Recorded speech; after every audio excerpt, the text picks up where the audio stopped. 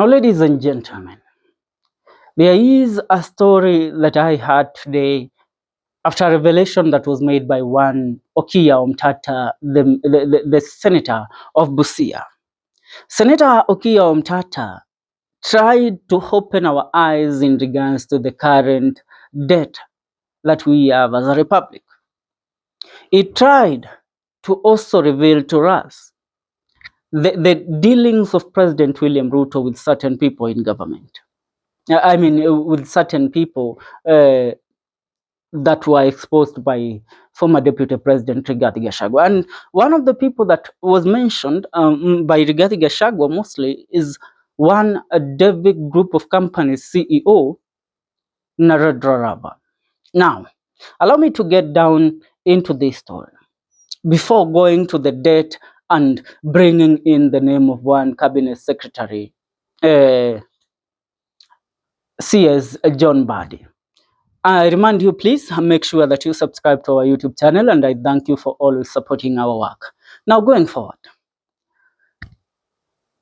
Narendra Raval, as Gachagua said, his company called David Group of Companies is the umbrella name, but under this umbrella name, there are different companies, including Devik Cement, a company used to make steel, a company used for making cement, a company used for making fertilizers.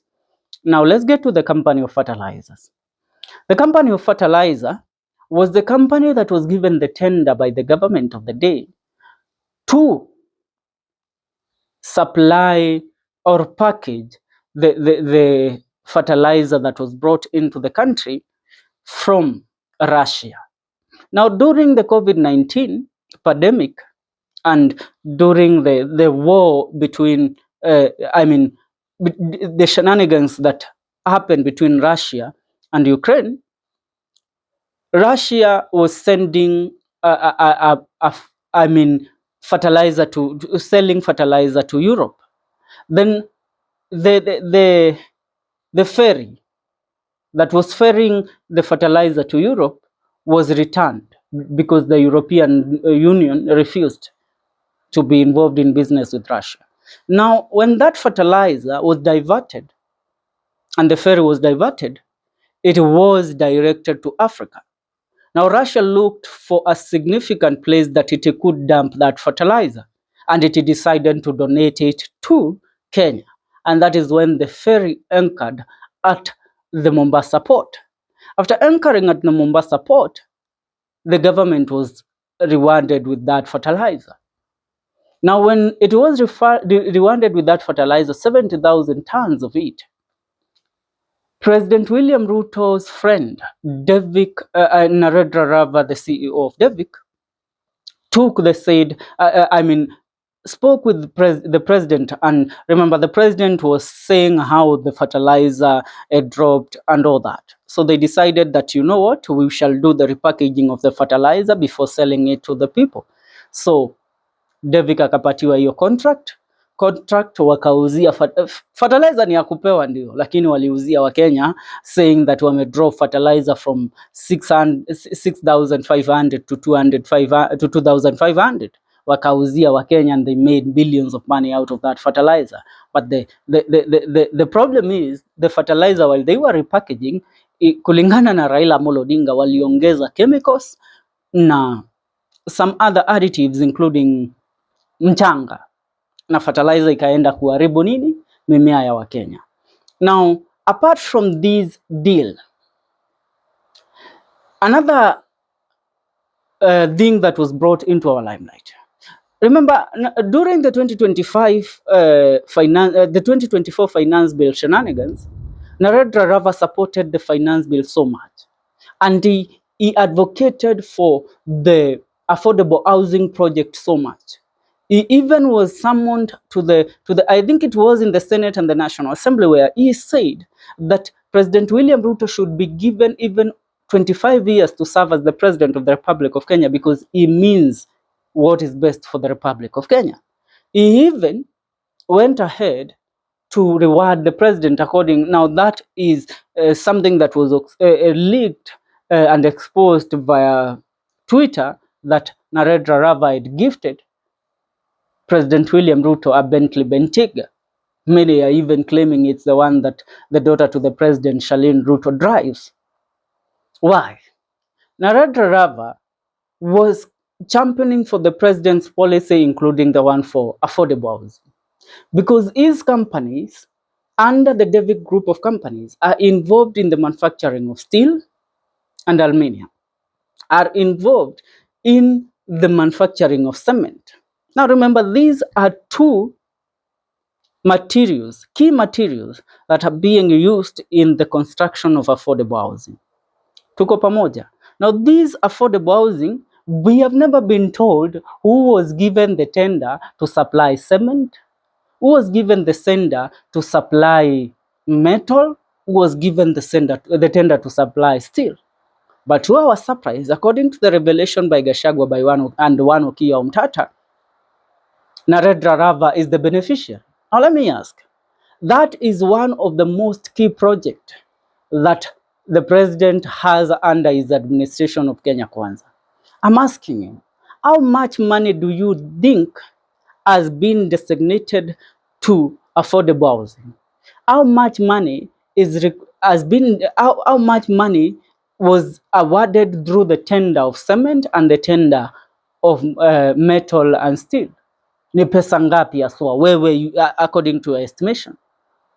To my surprise, I was told that over trillions, more than 5 trillions, are the monies that are supposed to be given to through that tender for Narendra Raval to supply steel and to supply fertilizer, not fertilizer, to supply cement. So Gachagua akiwaambia kuhusiana na hizi vitu si kuropokwa tu. Go do your research. Go try and understand the relationship between Narendra Raval and President William Ruto, and then you will come to an agreement with what he said. Now let's get back to the story of debt and the Cabinet Secretary of Treasury. We have been told that as a country, we have a debt worthy 13 trillion right now. Are we together? But let me ask you, since President William Ruto got into government, his main agenda has been always to pay the public debt. So he got in when the public debt was at, I think, 9 trillion. How has it grown to 13 trillion in a period of 2 years? That means money is being borrowed again, but we are paying that debt. Okiyah Omutata tells us this: the public debt that we have in public is not the official public debt. Deni la Kenya limelipa. The president has paid the debt. The treasury has paid the debt. Wamelipa deni. But what they are doing, they want to make sure that the people of Kenya doesn't get the truth that this debt has been paid. So why? They can continue, hyping taxes, adding taxes on them. The VAT right now is going to 18% and all that. The current finance bill 2025, it is one of the most exaggerated finance bills. Even, the 2024 was a joke when you look at it clearly. So tunaambiwa deni limelipwa, lakini hawa watu wanaendelea kutuongezea tax. For what reason? So that we won't ask about the public debt, kwa sababu tutajua tuko na 13 trillion as a debt, yetu wamelipa about 10 trillion. Tuko pamoja? So they tax us pretending that they are paying the debt, but that money is meant to go to certain pockets. You are seeing somebody like the Cabinet Secretary of Treasury, John Mbadi, being harassed around by one Farouk Kibet. But you won't hear him complain. You won't hear him, you won't hear the ODM team complain. Why? Because they know they can't get out of here. year they are siphoning trillions of money. Wamelipa deni, lakini wataendelea kutuitisha tax, waendelee kuziweka sasa kwa mifuko yao, because the IMF couldn't continue giving Kenya debt, yet our public debt inaendelea kuskyrocket. And that is why the IMF said they must come to validate and see the projects that are being carried out by the Kenyan government through the monies that they get from them. Ndio maana tutaendelea kuitishwa pesa za affordable housing ziendelee kuingia kwa mifuko ya Ruto na akina Narendra Raval, na miradi mingine ambayo itaendelea kuletwa. SHA na SHIF ziko huko kwa kina Jayeshi Sayini na mambo kama hayo. Mtazamaji, nauliza tu, serikali yetu sisi kama Wakenya tunaelekea wapi? Ni swali tu ninauliza la balaga. If according to Okiyah Omutata, you know, Okiyah Omutata is one of the senators that do their due diligence before speaking. They don't yap. They make sure that they dig deep.